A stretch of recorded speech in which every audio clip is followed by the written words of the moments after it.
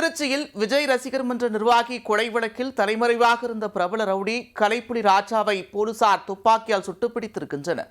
மற்றொரு ரவுடி தப்பி ஓடிய போது கால் முறிவு ஏற்பட்டு மாவுக்கட்டு போடப்பட்டுள்ளது. பதைபதைக்க வைத்த சம்பவத்தின் பின்னணி என்ன?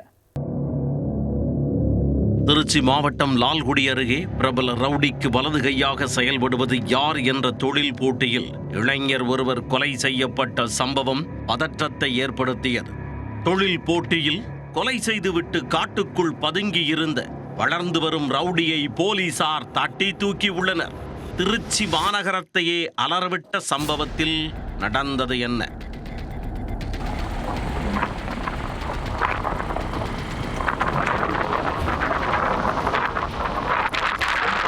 திருச்சி மாவட்டம் லால்குடியை அடுத்த ஆங்கரை பகுதியைச் சேர்ந்தவர் 29 வயதான நவீன்குமார். விஜய் ரசிகர் மன்ற நிர்வாகியாக இருந்த இவர் மீது பல்வேறு குற்ற வழக்குகள் நிலுவையில் உள்ளன. ரவுடிகளின் படை பலத்துடன் உலா வந்த நவீன்குமார் கடந்த புதன்கிழமை வெட்டி கொலை செய்யப்பட்டார். லால்குடி பகுதியில் பதற்றத்தை ஏற்படுத்த இந்த வழக்கு தொடர்பாக ஏற்கனவே இருவரை போலீசார் கைது செய்திருந்தனர். அவர்களிடம் மேற்கொண்ட விசாரணையின் அடிப்படையில் முக்கிய குற்றவாளியான ரவுடி கலைப்புலி ராஜாவை தனிப்படை போலீசார் தேடி வந்தனர். ஆதிகுடி பகுதியைச் சேர்ந்த 27 வயதான இவர் சரித்திர பதிவேடு குற்றவாளி என்பதுடன் பல்வேறு வழக்குகள் நிலுவையில் உள்ளன. கலைப்புலி ராஜாவை பிடிக்க போலீசார் தேடுதல் வேட்டையில் தீவிரமாக இறங்கிய நிலையில் சமயபுரம் அருகே உள்ள சிறுகனூர் வனப்பகுதியில் தனது கூட்டாளியுடன் பதுங்கி இருப்பதாக ரகசிய தகவல் கிடைத்தது.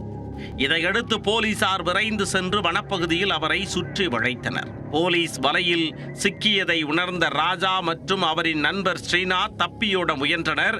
அவர்களை துரத்திய போது ராஜா தான் வைத்திருந்த அரிவாளால் போலீசாரை தாக்கிவிட்டு தப்பியோட முயற்சித்துள்ளார்.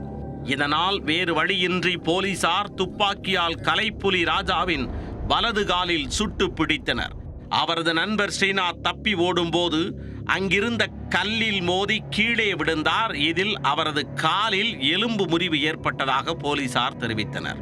பிடிபட்ட ரவுடி கலைப்புலி ராஜாவுக்கு லால்குடி அரசு மருத்துவமனையில் முதல் உதவி சிகிச்சை அளிக்கப்பட்டது.